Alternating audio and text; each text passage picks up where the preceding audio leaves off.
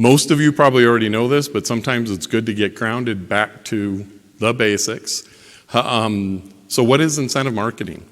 Really, marketers set up long-term programs and limited time promotions that use small gifts, payments, rebates, or discounts to encourage prospects to take action. Essentially, what you're trying to do is help motivate or help change behavior or encourage certain types of behavior. It is all about behavior. Loyalty programs really are about how do you take and grow and retain your existing client base, which can be just as important as acquiring new clients. Especially as you're looking at SQLs, that's great, drive all kinds of SQLs, but money in the bank counts for a lot too, so don't forget about those types of programs also. And we'll talk through a couple of different types.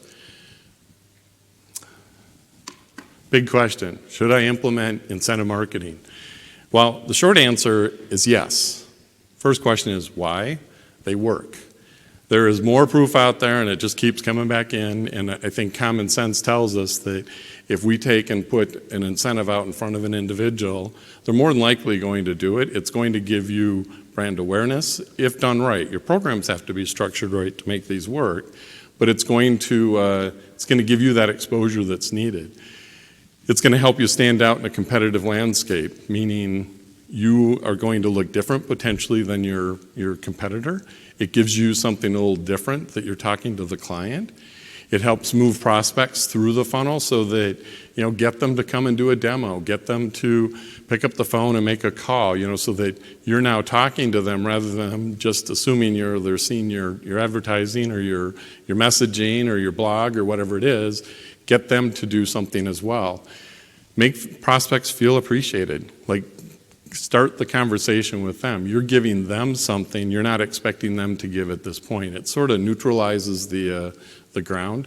A lot of people are concerned, I'm going to do an incentive and people are just going to blow me off. Well, sure, that happens, but I'll tell you, in most cases, most people are honest enough that, hey, if I'm given something, I'm going to at least take a couple minutes. And that couple minutes may be the difference between a new lead and not having that lead. So if we look at creating a successful program, and this can be incentive or loyalty, and call this the Cliff Notes version.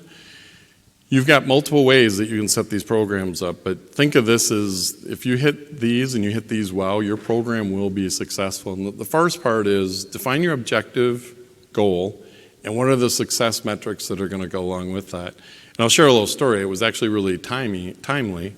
I had an offer came in my email for a $50 Uber Eats for a 15-minute conversation to hear about this software. And frankly, as I'm looking at it, I'm not quite sure where they got my name from or if they looked at my title, but the software they were offering didn't necessarily fit. And it was for 15 minutes, so $50 for 50 minutes, and it was for, quote unquote, a virtual lunch, which was great. And all I had to do was go on and set up in Calendly. So, of course, being the marketing guy and product marketing, I'm like, let me see how these guys do this. And I went through the process, and what was really interesting is it was very apparent. Nobody really sat back and looked at an overall goal. What are we actually trying to accomplish with this incentive? Because incentives are more than just putting something out and saying, hey, here's something nice, whatever. We ultimately, in our companies, fiscally responsible, we want something in return for that. And not necessarily directly from that individual, but it's got to be sort of scoped out. And so in this case, I'm looking at it, and the goal was to get me into a 15-minute conversation. Well, what does that actually result in? I'm not sure. I'm going to have the meeting sometime next week. It'll be interesting. However, what I will tell you is I don't feel like they probably defined their goal really well because they didn't hit the right person. I don't know that from a fiscal responsibility, it looks like their goal really was to get as many people to talk to sales reps as possible. And that's not necessarily a bad goal. That can work. Not try to spend $50 for it. But you have to really kind of map out what do you want to take and do and really spell that goal out.